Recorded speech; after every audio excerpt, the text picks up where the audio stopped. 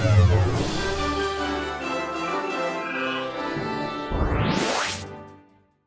biyaheng walang flagda at walang boundary. Andar na mga balita, andar na mga balita. Sa Viralita ngayong gabi, talaga to?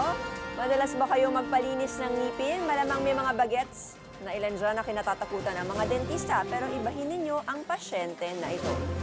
Tignan nyo naman, enjoy ang 500-pound Barbary Lion na si Bone Digger na maglinis ng kanyang ngipin. Bihira lang daw mangyari ito na magkasundo ang isang leon at aso.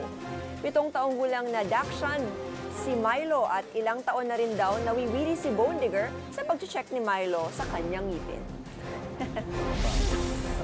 Afraid for the dog. Samantala, sa kauna-unahang pagkakataon ay nakapagtala ng Guinness World Record ang bansang Pilipinas sa pagpapalipad ng Sky Lanterns. Wow! Nagliwanag ang papawirin sa Miag-Ao sa Iloilo nang sabay-sabay na binitawan ang 15,000 Sky Lanterns. Bahagi ito ng inaugural Light of Peace event ng mga Thai monks. Naniniwala kasi sila na matatamo ang kapayapaan at pagkakasundo-sumundo sa pagpapalipad ng Sky Lanterns. Ang ganda. Pero I wonder where that went after.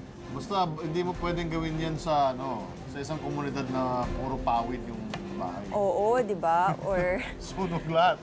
Di ba? Kasi at some point, bababa yun. burn out naman siya. So pagbagsak niya, wala nang flame. Okay. Sana naman naisip, wala nang fire. Sana naman naisip nila yun, di ba? I'm sure. Oh, yeah. Pero ang ganda, no? Oh, very beautiful.